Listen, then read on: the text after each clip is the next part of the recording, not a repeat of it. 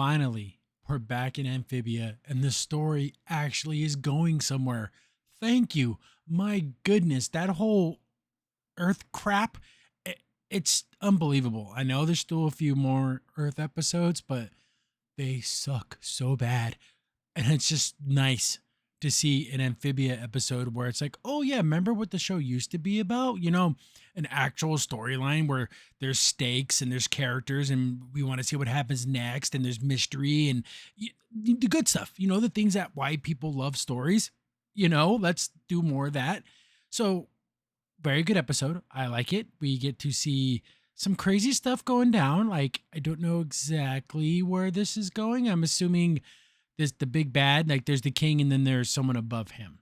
So I'm like, okay, that's interesting. Like, so what is their main goal? Just to kind of conquer places and take over things and just move on from planet to planet, which is fine. That's a classic bad guy thing. But we start in the episode and everything looks super nice. It's Lady Olivia. What is she? She's not the queen.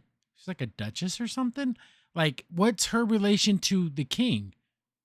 Is she like a niece or like a cousin or something? Because they're not king and queen. I thought that's what they were when I first saw these characters, but they're so just separated from each other. Like they're not formal in any way. So I'm like, oh, so they obviously aren't familiar in any way. So like, what is her position really? They just call her Lady Olivia. So that could mean a million different things. So we open up and we see when Marcy first landed there. First, I thought this was, current timeline, but I'm like, well, she didn't break her leg.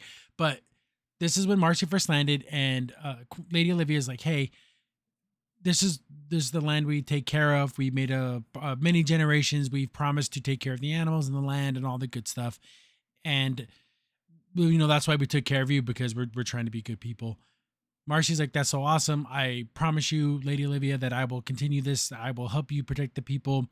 And then we get to modern times, what is happening, and complete industrial, like not even done in a good way or like in a way that's restorable. No, they're completely strip mining the whole entire planet. So we just see that it's just they're building tons of robots. They're just being polluting everything. Everything looks disgusting. Of course, Lady Olivia is like, I can't believe this. I made all these promises to protect the land, and look what happened. She gets called to the king's chambers. She runs into General Yunan. I want to call her Yuna, but is that her name? But she's like, hey, you got called in there too, so let's go see what the king wants. The king looks like he's talking to himself, like he's going crazy. And they're like, well, that's really weird. And he's like, when he's talking in this situation, he's very like, doesn't sound like his normal self. He's very like kind of reserved and questioning. But when the king is his big booming voice and he's talking to everyone, it always has like this like, oh, I'm the king. Oh, listen to me. So he calls him in there saying, hey, we need these factories built. So I'm gonna have Lady Olivia, you're gonna oversee that, and then you're going to go and get me workers. Basically saying, go out there, capture me some slaves. And of course they agree to it because what else are they gonna do? Lady Olivia is like, I hate this. I'm not going to serve this freaking crazy king. I promise to protect, and all I am is destroying. Lady Union's like, oh, you're this, so this is treason, Lady Olivia. But remember, don't say it out loud. Like, got to say this in a quiet place. Then she basically agrees, saying, hey, I can't follow a mad king. I'm not going to do that. So they're going to team up, but they're like, what do we do? Like, we can't just be us. She's like, oh, we need a strategist, someone who knows strategy, who's smart. So we're going to try to go save Marcy. Yuna's like, hey, she's trapped under the castle. We can't go down there. There's all kinds of monsters and stuff down there. And I guess Lady Olivia has a knowledge of that place. She's like, oh no, basically I'll show you the way. Oh, what are you too scared? Like kind of like does that whole, well, if you're not brave enough. They sneak past some guards. They find that trapdoor. They go down there and we see like those moss people. And of course, Yunan is like, hey, what the hell's that thing? But I guess it's super nice. It gives her a little flower. Adorable. She puts the flower in her hair. Super cute. I love it. We see more of those like floaty, ghosty thingies. And I guess these are just like creatures that were captured.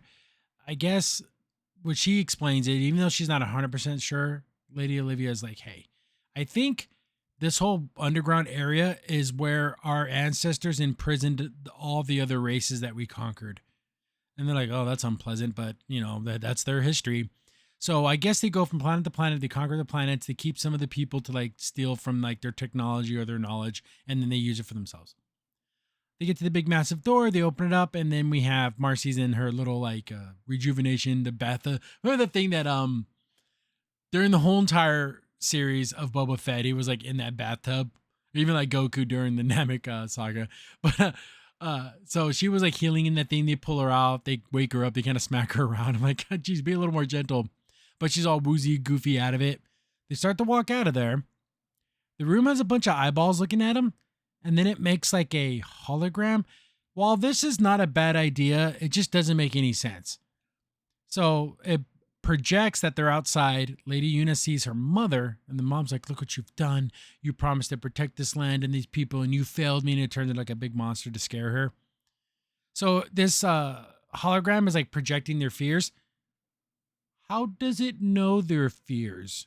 I'm guessing as when they walked into the room, it did a brain scan and it found what they were afraid of. I guess.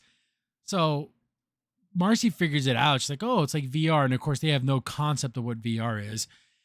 And they're like, oh, it's not real. And of course, General Yunan is like, oh, I'm not afraid of anything. But there's like this little like pill bug looking thing. And I guess she had a really bad experience with one as a kid. And that's like her fear. It's kind of dumb. They turn into big giant monsters. They're chasing her around. Marcy's back in school. And then it's Anne and Sasha basically saying, you're a terrible friend. We want nothing to do with you. And that's her fear. How does this computer know this? Nobody knows. Yuna's getting backed into a corner, but she puts her hand over one of the projectors and then one of the bugs disappears.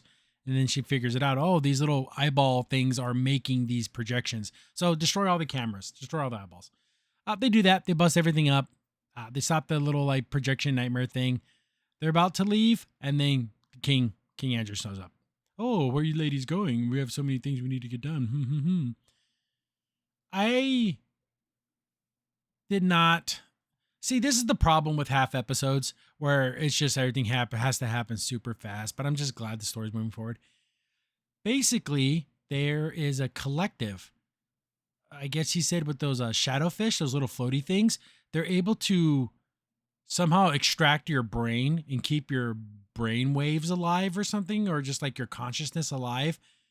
So like they conquered death in a way. So they put all their consciousnesses, multiple of them, into like one being, and then they're going to transfer that being into Marcy. So like she'll be like a collective of like all the great leaders, and of course they're all going to be super evil. This thing grabs Marcy's face. Like it grabs her face to the point where I gasped because I'm like, oh my God, it like literally grabs her like a prize machine out of the claw game, like right by her face. I'm like, oh my goodness. Throws her in this chair, and then the king's like, hey, Marcy, I really like you. I thought you're great. But I even asked the consciousness not to take you, but we got to do what we got to do. And they drop the helmet on her, and even the king like looks away. So he feels bad because he generally liked Marcy. He liked that she was super smart and, intelligent, but he's a bad guy. Still let it happen. A pretty creepy scene, like for, a cartoon, like for like, little kids could be watching this. It's actually kind of scary. Takes over her brain. And then the king's like, hey, this is our plan moving forward, but why should I tell you when I should let them tell you?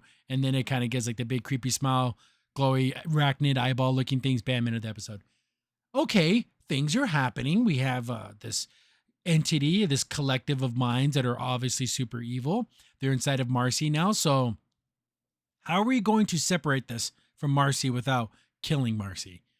I'm assuming they're going to have to put her back in this chair and like reverse the process. Because I don't think just removing the helmet, it would obviously stop the being, but I think it might kill Marcy in the process.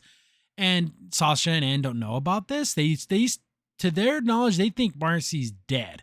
So when they see Marcy, she's going to be wearing this freaky helmet. So I wonder what that reunion is going to be like.